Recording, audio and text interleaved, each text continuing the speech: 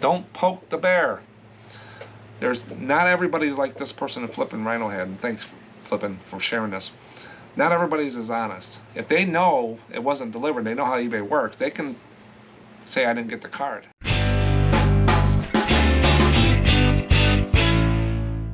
So welcome back to SMPostcards. Today, a little agenda for the video. This is the longer one that comes out on Mondays, about 10 a.m. Central Time.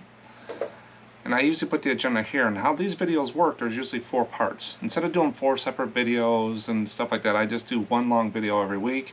I do throw some shorts out that are pics from these other videos that you see every day, and then once in a while I'll have a special thing that I put out. But mostly it's on Mondays, around 10 a.m. is when I put out the longer videos.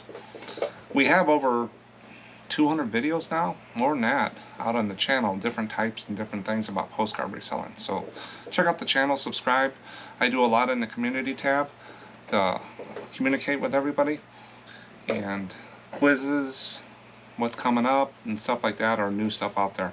So check that out. I'm going to go through what sold today. I only got 7 cards sold. Not bad average sale price. But I think I undersold a couple, and one of them I have no idea why I sold it for what it was. And then I'm going to go through a special topic today, Rotograph Postcards. If you watch my channel, you know I'm not a big artist signed or publisher type person. But Rotograph is one that I can pick out pretty easily, and I'll show you how I do that with the Rotograph company and stuff. And I'll give you some history on Rotograph, so you get a little bit of knowledge about it when you see them. And then there was a poll I put out, and those come out on Thursdays, or Saturdays. Thursdays is the quiz. Saturday, I put a poll out, and this poll was, have you ever found a valuable stamp on a postcard? I'm not a stamp person. I don't have anything against stamps. I just can't do it all.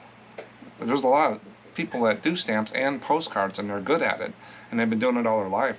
I don't know a lot about stamps. I just had to, you can't do everything, so I just kind of cut it off. But we'll talk about if there's stamps in there. I know people have gotten comments from buyers or other people that saying, hey, there's a valuable stamp on here, you need to look at the stamps. We'll talk about that.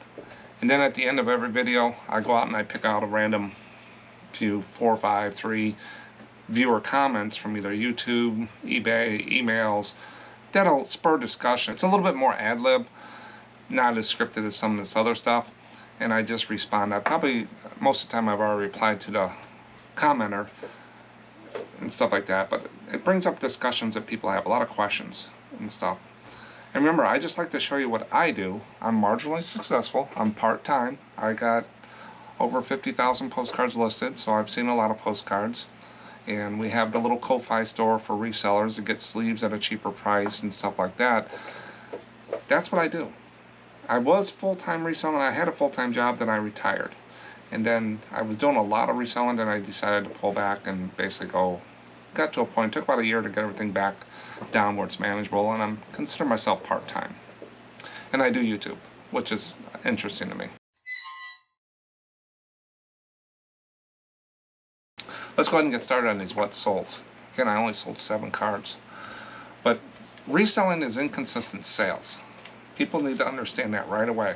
Some days you're going to do fine, next week you'll do real well, the week after you do low. You just gotta go with the waves and look at the average, and never compare yourself to others.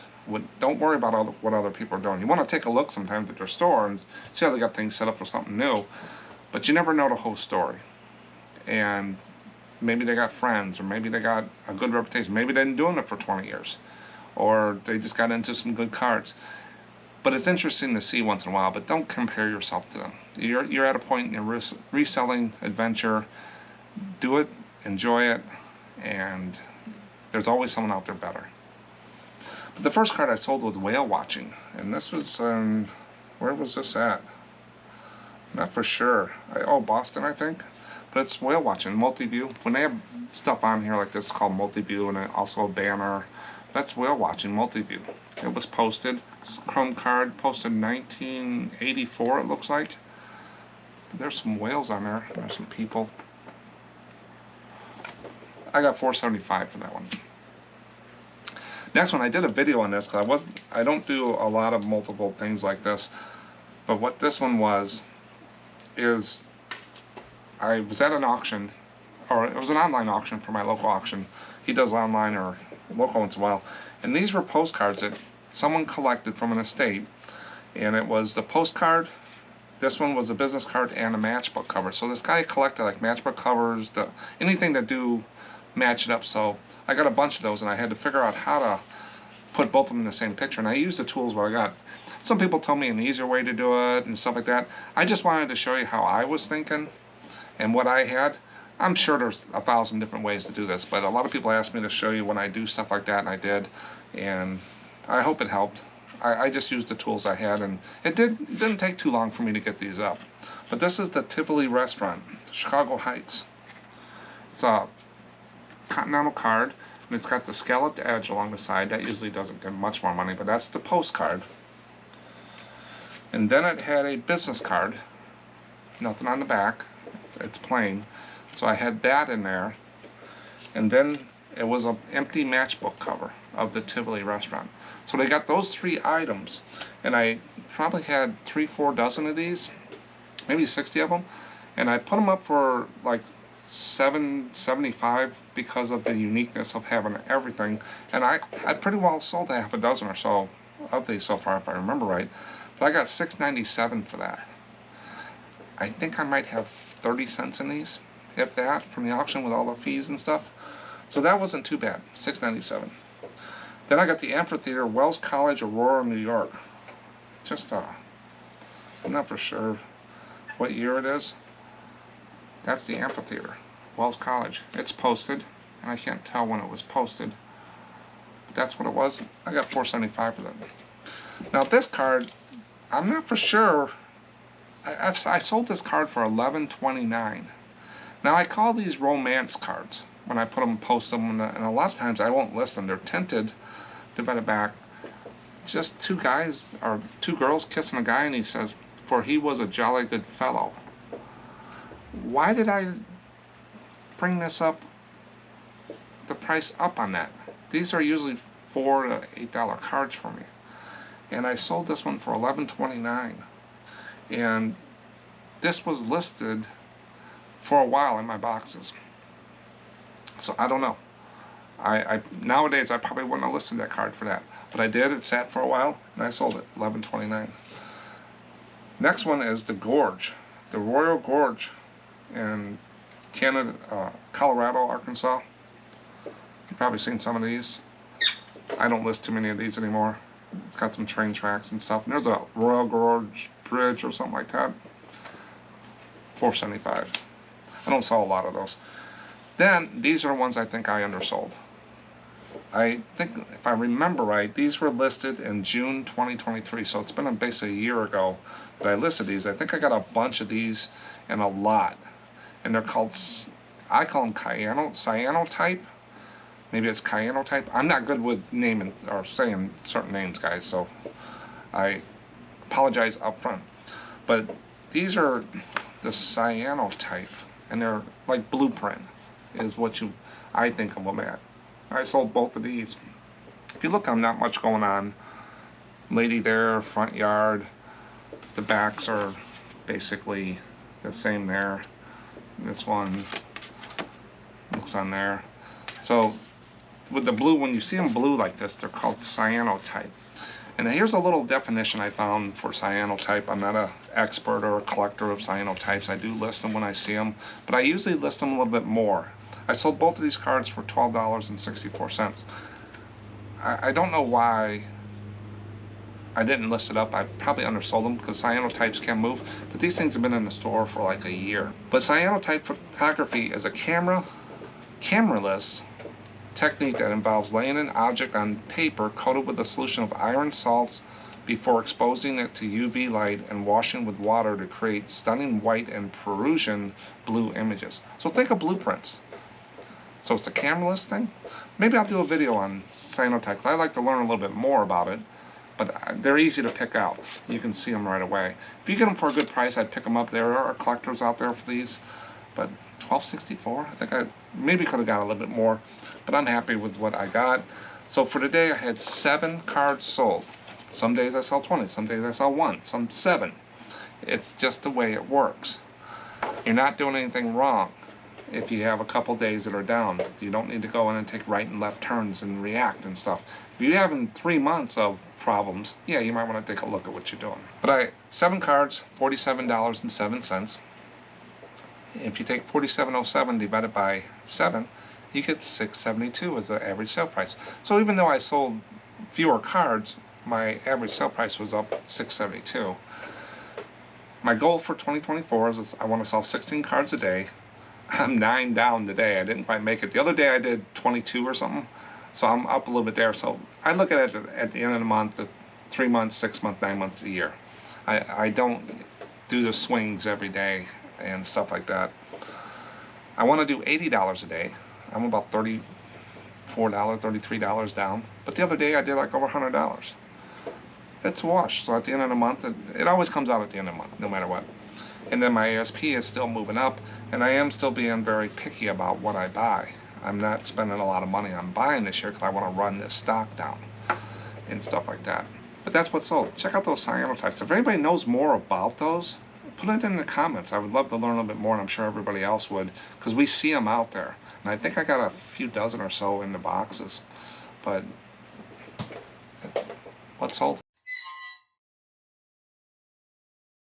Now there's certain publishers out there. There's Dexter Press, Detroit Publishing, Raphael Talks, Kirk-Tite, maybe that's not the right way to say it, but that's how I say it. Mutascope, and different ones that, or there's different type of printing, Albert types and stuff like that.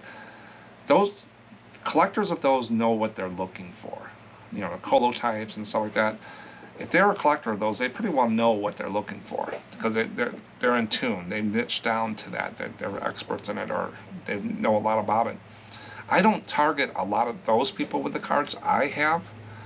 I target the wider, nostalgic looking things.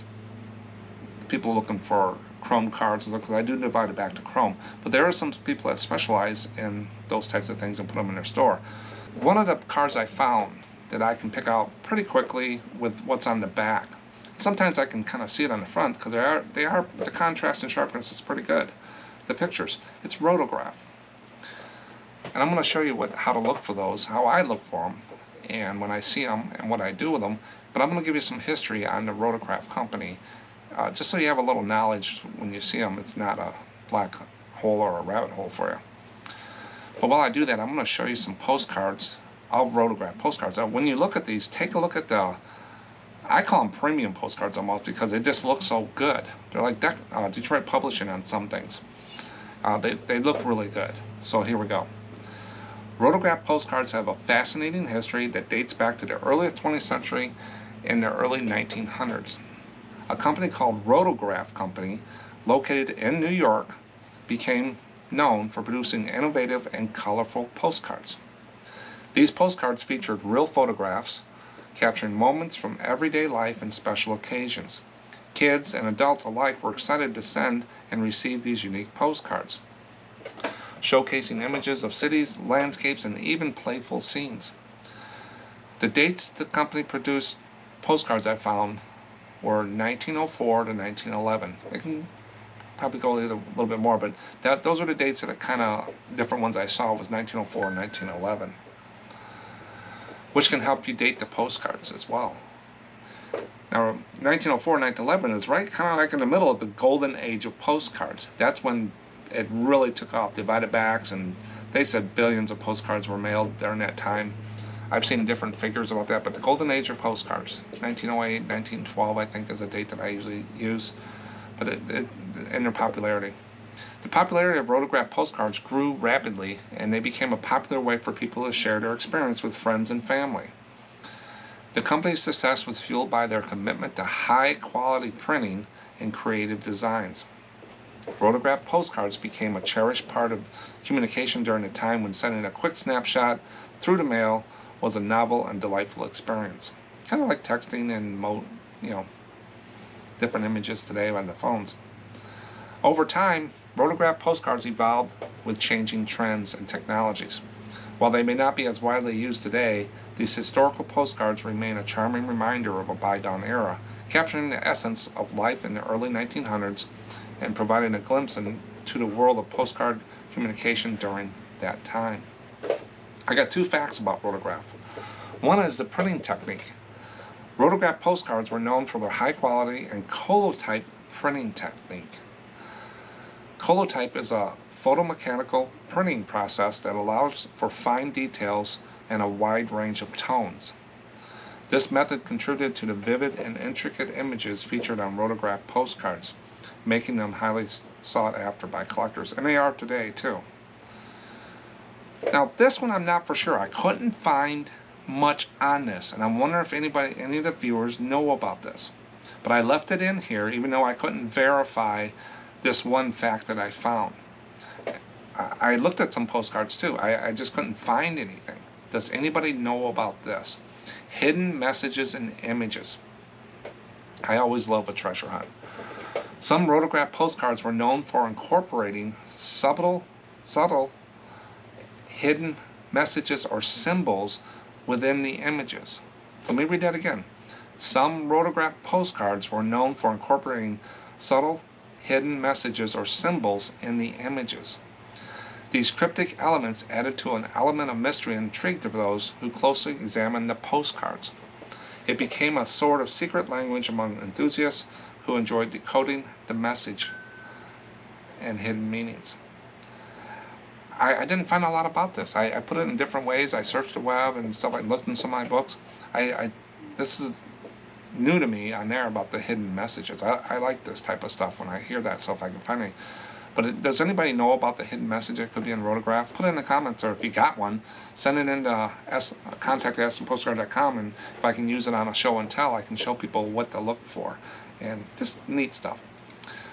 So that was a little history about Rotograph. There's a lot more out there you can get into, the colotypes, the way they did things, the company's history. But I just thought I would paraphrase it to get you interested. But I'm going to show you 4 different cards here of what I know to look for. So the first one is the Rotograph seal. The back of the postcard should have a Rotograph seal in the bottom left corner. And that's what this one has. It's an undivided back, and it has the little seal down there. And I'll put an arrow there pointing to it. The next ones, as they're popping up, you're going to see this is the copyright holder. The copyright holder of the image should be Rotograph, is what I catch also. So I look for the little seal, or when it says Rotograph, it's pretty, you can pick it out pretty easily when you see something that looks like a Rotograph. But a lot of times I get the seal is what I look for. But I also see the word Rotograph. But that's what they are, is how easy you can find these if you just flip it over and put it on there as a Rotograph. And if you notice, there's some divided backs here, and 3 of them are undivided backs because it was early 1900s. But they went through made postcards up to 1911, so they got past 1907 when they went from undivided backs to divided back. Anything 1907 before was undivided back. So those are the 2 ones that I see there. But that's 4 examples of what I look for. As always, I like to look at the sell-through rate. This isn't scientific or whatever, it's just the way I do things. You can take this and put it into your own thing. But I needed a way to understand postcards a little bit better, not just having a gut feeling that, oh, this looks really cool, I think I'll pick that up, and I get home and it's worthless. You know, or what sells better than other ones? Mount Vernon sounds really neat historically, but you put those up, they don't sell that well. They might sell, but they don't sell that. I needed to know what was better selling, better chance in my gambling when I go to shows and stuff picking up cards. That's what the fun about it is you just go with your gut and a little bit of knowledge here, little, data-driven decisions, and you get home and you go through and you got 100 cards. You found 10 duds that are worthless. You found 50 that are average, and then you find like 10 of them that are just knock it out of the park. That's what makes hunting for postcards and stuff fun. And then the more you do it, the better you get at it. But I kind of put together this little chart in my head. The low of the red, 0 to 3% sell-through rate, and I'll show you how I calculate that. Those are like Mount Vernon's and Niagara Falls, Cypress, a lot of them out there. So they're overproduced. They don't have, the subject's not as great, but there are collectors, they will sell, but they don't sell as fast. Everything will sell, pretty much. Then I work in the 4 to 10% area, divided back down to chrome. That's what I found sells the most. That's what I can put up quick. I can move quantity. That's my model. I still do real photos and stuff like that, but I don't do as many of those as I do to divided back to chrome. I really like the chromes. They $4.75 to $6. Boom, I sell them every day. The boat cards, I sell them every day. So I like that part of it. But I won't pass up a good real photo. Now, while I'm looking for those, I usually find the ones in dark green very high. And those sell themselves. You can kind of throw sell-through right out the window on some of those one-of-a-kinds and stuff like that. They'll just sell themselves. You just got to make sure that you do your comping, your pricing, you know, what you're doing with these to get them moving. They might sell quick, or they might sit a little longer, but you will get more money for them. People that do that model make really good money. But they spend a lot of time researching and stuff like that. And I would love to do that, but that's just not me. I'm a quantity. I like moving stuff. So everybody can do it their own way. There's no right or wrong way. Some people try to tell you there is a right or wrong way. But those are the people that get down into semantics and saying, oh, you didn't cross the T or dot the I, or you said this. People make mistakes, or they do things or undersell stuff, and they're first to pick out what you did wrong. I try to look at what people do right, and that's what I try to find, because there's always someone better out there. And when people create that type of environment, it kind of stops the friendships, the relationships and stuff like that. Those people get, after a time, those people are in the corner by themselves. Let them talk and stuff like that. So just go with the average. What you want to do is what I tell people. But how I calculate sell-through rate is I just take postcard Rotograph. What else can I put there? Rotograph. And I put it in eBay and I click on sold.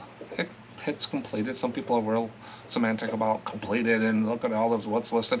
I don't get that far into this. I just want a snapshot, give me a range. When I go to a show, I'll pick it up. I'll learn from my mistakes or my successes. I just want something quick. I'm not that type of person to sit there and get down to the last card, because it's not going to give me any more when I'm looking at thousands of postcards at a show. I got to get through them. But there was 1,100 of them sold. So these are selling in 90 days. And there's 14,000 listed. Now that's the numbers that you look at, and you take the sold divided by listed and times it by 100 to give you a solid percent, and I round up or down, it's 8%. And if you look at the chart, that's at the lower end of the high and the higher end of the average. So it's like an average card to a point with the word Rotograph, but they are selling. There's 1,100 sold. And if they sold those for $5 a piece, that's, what, $5,000 in sales in 90 days of Rotograph? So it's a card I wouldn't pass up. But you got to take and see if that 8% is right. Are your calculations right? Is it looking right? So I bump it up against 3 other things. So I went out and I picked out some other publishers I know off the top of my head. Postcard Tuck. Everybody knows Raphael Tuck if you've been doing postcards. 9%. Rotograph's 8%. Okay, that sounds good. Then 8% Rotograph. Kurt Tyke, that's how I pronounce it. Somebody called me out on it. I'm not the best at names. I've said it before. I apologize up front. 8%. And then Dexter Press, 8%. So all these publishers are 8%. So if you're looking for Dexter Press, you're looking for Raphael Tuck, you're looking for Kurt Tyke, a lot of those are linen, but they said, where did I hear from that? Kurt Tyke actually employed like over 100,000 people during the height of postcards. I got to look into that. That's a lot of people in there. Even though a lot of stuff back then were manual, but that's a lot of people. That's a lot of postcards. So all of that, if you're out there looking for a certain publisher, you know in the top of your head what this data gave me? Yeah, all the publishers sell for about average, little higher average. So they'll be in the green. So pick them up. If you can get them for a good price in the $quarter boxes or whatever in there. Now, I don't target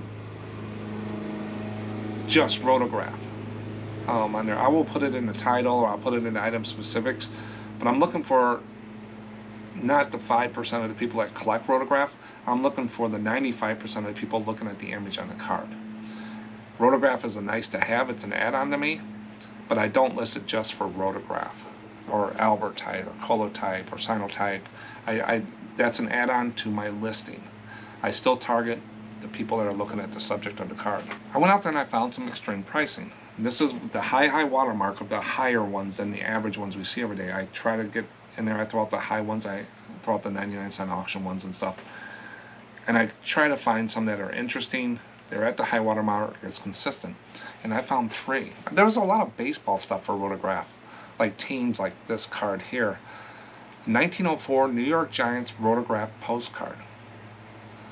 $590. And that sold in 2013. Is that still true today? And I found these on WorthPoint because they're up and down. They sold in 2013 for $600. Even if I got $300 today for it, I would be happy. Next one, I threw this in here. This was interesting. Things like this is what makes me keep doing it.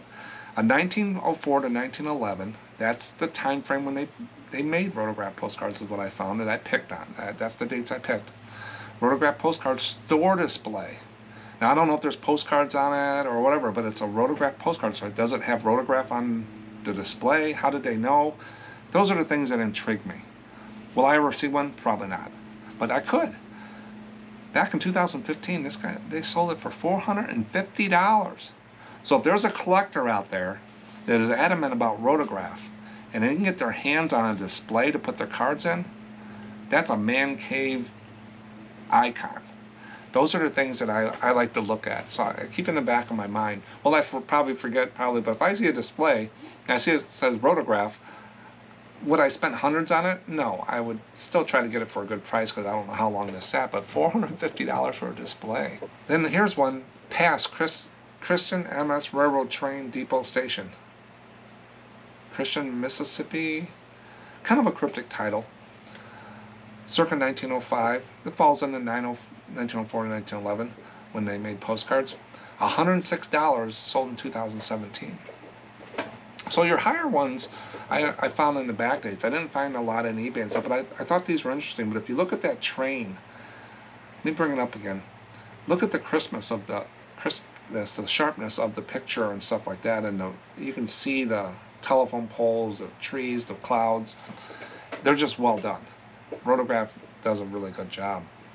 So I like that. But if you see any Rotograph displays, or if you got one, send up any Rotograph stuff, send it in for show and tell. I can tell us a story about it. You don't have to tell us all where you got it and stuff, but if you want to, what you paid for and what you sold it for, rub it in. Go right ahead, but contact SMPostcard.com. I do show and tells when I get a bunch of stuff. They're mowing the grass outside, so if you hear anything, that's what's going on. I'm trying to pause in the middle. You won't see that in the video, but I'm pausing while they're cutting the grass. Everybody has a life. But then you go down to the average stuff that you see. I wanted to find out what the higher end of the stuff we see every day. Not just what's selling average, but the high watermark that you're probably going to see out there in boxes. And I found these 3. First one, look at this picture, the horses and stuff. That's really well done. New York City Fire Engine on Parade, Color Rotograph Postcard. That's a nice title. It's got everything you want in there. Color, I would question a little bit, but it's got Parade, it's got Fire Engine, it's in New York City, it's a Rotograph. Even though there's a place in item specifics that you can put it in, it's a well-done postcard. Could they got more for it? I don't know. I didn't comp these on there, but that's sold in 2024 or February this year for $20 for full price. It didn't say best offer. And then here's one of a mountain. It's the New Jersey, Dolan, Washington Rock, and they put Rotograph on the end. 1919. So they kept it under eBay standard envelope maybe. And that sold in April of this year for $20. So both of those go to be eBay standard envelope because they're under $20 and below. But that looks like an under by the back because of the writing tab on it on the right side there. And it's from a top rated plus seller. I don't know who it is, but they did a very good job with that. That title, it's got the Rotograph. The first one at the top has Rotograph in there. Those are some keywords that I would probably use, but I usually put it in item specifics because I'm not just keen on that. But after seeing these, maybe it's something I need to look at and do is maybe put the publisher, like Rotograph or Mutascope, in the title. I'll look at it, but I still put it in item specifics if I catch it. if I don't catch them, if I'm going real fast, sometimes I don't catch them. Then you got, let's see, Illinois Central Railroad Bridge, LaSalle, Illinois, which is west of me. River to Michigan Canal Rotograph, $30. And this one sold in 2024. Got $20 for that one. So I would say $20. 20, $19 to $25 is your high watermark for most rotographs that are selling this year. That's not bad, and a lot of people will just put these in the dollar boxes and stuff because they don't go after Rotograph and stuff like that. But some best practices here with the titles and stuff like that, that's what I look at. Maybe with Rotographs I need to do something a little different. I don't know how many Rotographs I got, if I caught them all, and stuff like that. But $20, I'm going to be a little bit more, maybe noticing them a little bit. I'll take an extra $10 on a postcard. Any Rotograph collectors out there? Let us know. That's Rotograph. Got any questions? Leave it in the comments for us. I'm sure I can respond or somebody can. I'll try. Who knew? Every Thursday I put out a poll. Or Saturday. I keep saying Thursday. Every Saturday I put out a poll. Thursday is a little quiz. Just terms and stuff about postcards. But the poll I put out was, have you ever found a valuable stamp on a postcard? And there's some comments here that I'll tell you about too. But have you ever found a valuable stamp on a postcard? 11% said yes. 80% said no. 9% was other. I'm a no. I don't look at stamps. I'm just not into them. There's nothing wrong with them. Like I said before, I just had to stop. I can't look at everything, and I probably wouldn't be good at it. And stuff. It's too much of a niche type thing for my personality, I guess, and stuff like that. Maybe it would be interesting if I got into it, but I'm so focused on postcards and stuff like that that I just had to draw a line. If there's a stamp on one of my postcards and someone makes $1,000 on it, go for it, because I didn't even look on there. But I got some comments from people, and it's kind of like what I'm thinking as well. Like I said, I'm not a stamp person, so I don't know. But Catherine said, we all come across postcards that are damaged or just not good enough to sell. I cut off the interesting stamps for junk journals or used a card to protect a postcard that's sold. Sometimes I keep entire postcard for junk journals. Yeah, I have a bucket under my desk that I toss things in. If there's a corner ripped on the side or all that elbows up, I don't pretty much list those. A lot of people say, I list them and stuff. I just don't like all that stuff. If it's a really good card, I might put it up there. But ripped corners and stuff like that. I got a couple that resell.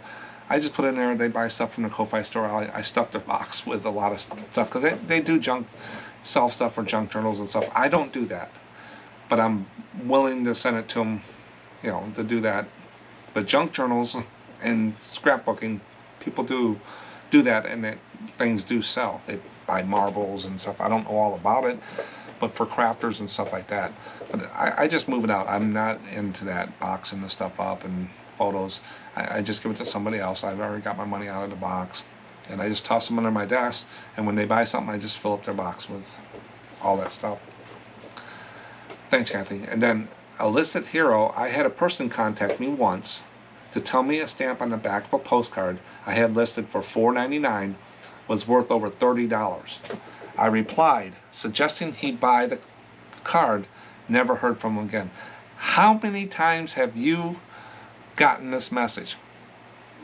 You watching this video, I've gotten this many times, and I don't reply anymore, but I used to reply the same thing that Illicit did. Go buy the card. Then you never hear from them. So like I said, people are willing to point things out that you missed or whatever, but they don't look at the good things that you do as much, and that's not right to my eyes. But if it's so important and he could have made money, he shouldn't have said anything. He should have just bought the card and tried to sell it. I get that a lot. Interesting. Illicit Hero. Thank you. Then Jack's Comics, no, but as a lifelong stamp collector, philanthropist, I can say that's another word, stamp collector. Myself, I've seen a lot of postcard collectors convinced that they have a rare and valuable stamp when they don't. Now, this is a long-time collector. They don't understand perforations, watermarks, paper type. The color shading differences, truly valuable stamps on cover, at least when it comes to U.S. stamps found in the wild, are so rare that I barely glance at the stamps on cards myself anymore. A lifetime stamp collector just said that. Thanks, Jax. Then that dude said, I have never even looked at one. I wouldn't know one even if I saw one. I am not a stamp collector. You're in, you're out. And that's what he said. He's not in stamps. He's in postcards. That's what I am. Nothing against it. It's just I had to draw the line, so did he. Thanks, that dude. And then Lynn Frugal Grandma, no, because I have no idea what might be valuable. Same here. As with many collectible items, I'm sure there are particulars and nuances, and I don't want to waste time researching. Yeah, you can go down rabbit holes. I know one person got a whole bunch of stamp collection from an estate, and then in the family someone passed away and they passed it down to them. They went out and got the Kelly books and all that other stuff, and they went down. Most of the stamps were worthless. They spent hours and weekends and nights trying to find if there was something valuable, and there really wasn't. Now, the collection meant a lot to the person that put it together over their lifetime, but monetarily sellable, there was just nothing there. So they ended up, I think, donating them to a stamp club or something. So all that time and stuff, there wasn't there. So that's a rabbit hole I don't want to go down, because I'm focused on other things at the moment. But thanks, everyone, and Lynn, for replying. But have you found one? Anybody haven't done the poll? Have you? Nope. Done one? Now, Tom, I'm going to see if I can get him back this year sometime, maybe at the end of the summer, to talk about some of this. He's a judge for the Stamp Association of America, or whatever that organization that he's in. I'd have to look again. But I did a video where he walked me around a stamp display, exhibits at the stamp show. And it's really neat what he talks about. And I did ask a few questions, but if you want to know about it, it's a good watch. I just took the camera and he was talking, and we just walked around the exhibit. He talked about them. And when the show comes again, I'm going to go back, because now I know how to look at them, what they do, and stuff like that. And it's a pretty interesting video with that. And he's also a collector of the Dear Doctor stuff, but he knows stamps. He's a judge at these shows. So, a really nice guy, articulates like a professor. And I want to get him back, and people have suggested, so I got to contact him and see if we can put together another video like that. If you guys got any suggestions, what you'd like to know about stamps, I can send it to him, and we can try to put something together at the end of the summer and get Tom to come on, and we can have a discussion. You guys can watch the video. But he's a super person to talk to. He loves to share his knowledge, and he does it so well. I wish I could speak like that. But again, thank everybody for the polls. Check them out on Saturdays. Remember, if you vote and don't put a comment, nobody knows, or I know who the number just goes up and down. If you put a comment, it has your name on it, I consider it public, and it can be used in a video, etc. Same with these, the viewer comment section we're going into. If you put a comment out there on YouTube, I consider it public because everybody can see it. If you send me an email at contact@SMPostcard.com, I'll treat it privately, and if it's something I would like to use, I'll ask it, and a lot of times most people say yes. But try not to send me a message in eBay. I can't reply with the information I really need, because I don't want to get in trouble over there, because they don't like addresses and links and certain things. Send me an email if you just want to talk. I think I've gotten back to everybody. If I haven't, send me another email.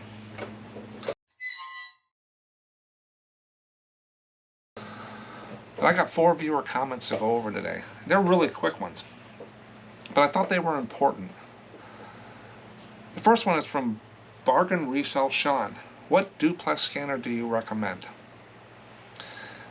I replied to him, I recommend the Epson 580W, the newest ones they got out for the document scanners. Remember, these are document scanners, not photo scanners. That's in the 6 series, 600, 6000 series, whatever, is what those are. And those do photos, you're going to pay a little bit more. These are document scanners. So when you put like a document in there and stuff, get one of those Epson scanners. There's a 400 Out There series are workhorses. A lot of people in the postcard world have those. You can find them out there now cheaper because the 580s and 500s and stuff are out. Look on eBay. Sometimes you might not get the power, but you can always find those as well. Just gotta, when you buy used scanners, you just gotta worry if the glass, the lens are scratched. But I haven't heard anybody who's gotten a used one off of eBay lately that had any scratches or a line is going down on it. They work pretty good. I got a 400, I got a 580 scanner. I use the 580 most of the time because I like the hopper. I can put more in there, and it's got a little LCD screen on it, and it's wireless. But when you get those, a 400 or a 580, the settings are basically the same. I have them, documents for you. You can download for free in Ko-Fi. They're free, and you can set your scanner up in minutes. Go into the settings and stuff like that, and put that in there, and it works for me. No one's come back yet and said there's something I need to change. If there is, let me know. But everybody likes the colors and stuff like that. But it also can put a border around your postcard, so when you put a scan up there, they can see the edges better. So I really like the Epson. I used to use the Fujitsu scan snaps, but I went to the Epson, and I really like those. So, and this isn't sponsored. I'm not they're not my sponsor or anything like that. That's just, I'll tell you what I use and I like. So thanks, Bargain. Then Alex Butler, in a lot of cases you can find flatbed scanners for free. This is one of the short videos I think it went out that the end of flatbed scanners or stuff like that went out. I'm not a fan of flatbed scanners, and no one can change me on that because they're slow, they're cumbersome. You got to flip the card over, you got to crop the photo. It's just, when you can get a duplex scanner to do it in seconds, which takes minutes on a flatbed. But people will stand on the desk and passionate about it, try to prove to me that it's wrong. I can do a video where I scan 5 cards in a flatbed. It'll take 5-10 minutes, and I can do 5 cards in the Epson, and it takes 10 seconds. And I get both front and back, and I don't have to crop the photo. So they said, in a lot of cases, you can find a flatbed scanners for free. Yeah, because they're giving them away. So it's a good starting up. If you don't have something, yeah, I can see that. Using a camera is a lot faster on your phone. Just make sure it's centered click is even faster than a flatbed. But it is, like Alex said, it is if you don't have the money to buy a scanner, you got to start somewhere, and if you have an all-in-one printer, you can do it. It's just going to take you a little bit more time. Use it until you save up enough from sales to get a duplex. Exactly. Use what you have. I'm not saying if you go out and get, a scanner and you get all this other stuff and stuff, you're going to sell more postcards. No, you can get all dressed up and have nowhere to go. A lot of people will do that in reselling. They'll get all the boxes, tape, and they're all set up, and they start listing, and they start listing, and they start listing, but there's no sales. Then they get discouraged and stuff. You just gotta know it takes a while to get a reputation and get good stuff, get good at it. So give yourself some time. And don't break the bank trying to get everything, but once you get going and you're serious about postcards, a scanner and a thermal printer is really the first big purchases I would make, along with getting postcards. Thanks, Alex. Then Flippin' Rhino says, everything is scanning on my end. This is about the eBay standard envelope analysis I do at the end of every month into the next month. It's for the month before.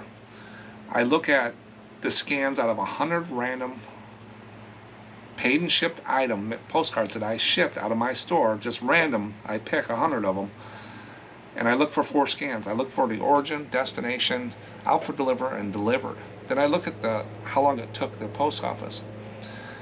Then I look at how many no scans I got, how many refunds, how many requests. That's like, where's my postcard? It says delivered, not here. And then stuff like that, and pickups that were missed, if I had any claims went in. So I talk about that in about 10-15 minute video every month. I've been doing it ever since pretty well eBay Center, around a couple years now.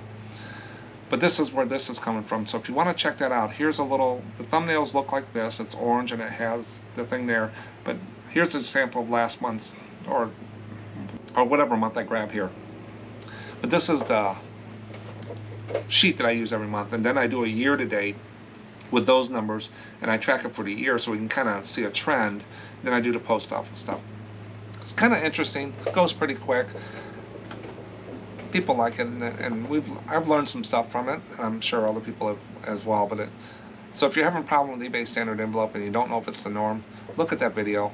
It kind of level sets you on how it works and what to expect. It's not as robust as package tracking, and it's not designed to work as package. People need to understand that. But Flippin' Rhino says everything is scanning on my end and getting to the destination fast. So the post office scanning it, it's getting there. Same here. About a month ago, though, I did have one card that didn't scan. That's a no scan to me. There was no scans at all. I'm sure we all had that. The buyer left feedback and said even though it wasn't scanned, they still got it. You gotta love those honest buyers. Yeah. A lot of people say, well, I always watch my scans, and if it doesn't scan, I always ask the buyer if they got it. Don't do that. Don't poke the bear. Not everybody's like this person in Flippin' Rhino had, and thanks Flippin' for sharing this. Not everybody's as honest. If they know it wasn't delivered, they know how eBay works, they can say I didn't get the card, and you have no proof. Now, a good thing with eBay standard envelope is, if it's lost or damaged, and it's under $20 and under, or $50 for the whole order and under, in 30 to 90 days you can get your money back if you do that. But don't poke the bear. I don't bird dog scans and so I wait till the customer tells me they didn't get it. I don't worry about that. I pay for a service that gets there. I very rarely have a problem with the post office. Most cards make it. 99.999% of the cards make it. My refunds are, I don't even think about it. I treat each one individually. It's a reverse transaction, and each one's unique. I don't get a lot of them. Now, you will go in spurts sometimes when there's some hiccup in the systems or whatever, but it doesn't mean it's bad. The post office is running about 5 days, average for me. Some take 7, some take 8, some take 3. But the average across my store is 5 days. I'll live with that. I mean, put it in the mail for 60-some cents, and 5 days later to get it, 99.999% of the time, I'm okay with that. It's better than it was a while ago when they had some issues going on, stuff like that, a couple of years ago. But yeah, so don't poke the bear. Don't bird dog your scans. Don't worry about that. The customer's probably watching it. They'll tell you and stuff. Thanks, Flippin'. Then Michelle, it has been bad here. Now, Flippin' said everything's doing pretty good. Then Michelle said it's been bad here with no scans too. Yeah, I had like 5 or 6 last month from when I recorded this video. So it's like when eBay standard envelope first came out. Is what I said. What's up with all these scans? No scans. You always have some, but not as many as I've been getting the last couple months. So she's getting that too. Had to refund 2 this week that never got any scan. Hope they get their stuff together. Yeah. I really don't know why something to get this scan. Some of these things go through 4 or 5 distribution centers, or 2 or 3 at least, or 2 at least. They're not the same equipment and stuff. So is the post office not scanning it, the machines? Or the machines are not there and they're not doing it?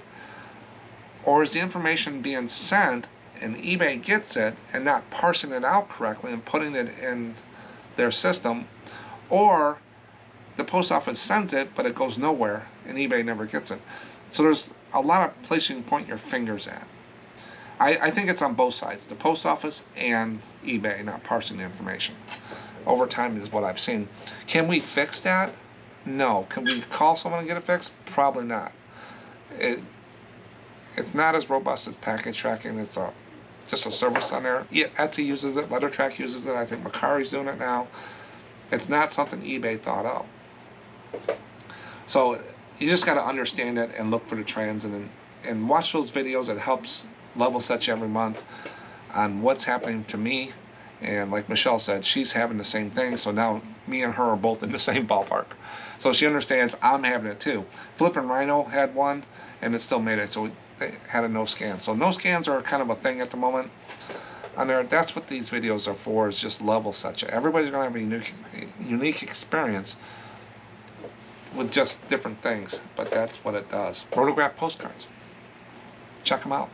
And I'm going to be a little bit more picky about those. I learn something all the time on videos. Will I forget it? Probably. But when it pops up, I'll remember what to do with it. Should I put it in the title? Should I put an item specifics? How should I point that out? Those are the things that I always, if I can pick one thing from a video, it's how can am I doing right by targeting just the Rotograph collectors more, or should I look at more of the subject of the card? I've always went to the subject of the card and those people buying that more than the niche collectors, because they know what they're looking for. I don't need to promote it. They know what a Rotograph card is. They probably know it better than a Rotograph company. Check this and the other videos I got out there. Help you out, show you what I do. I'm marginally successful. I sell postcards and I make money doing it. And this is how I do it. So take what you want, leave what you don't, and I'll catch you on the next one. Here's some more fish. I should have some more fish coming. We're going to vacation and stuff. I'm going to try to get some more and go to the aquarium and make them a little longer. But everybody likes them. I'm going to see what I can do. Thanks. I'll catch you on the next one.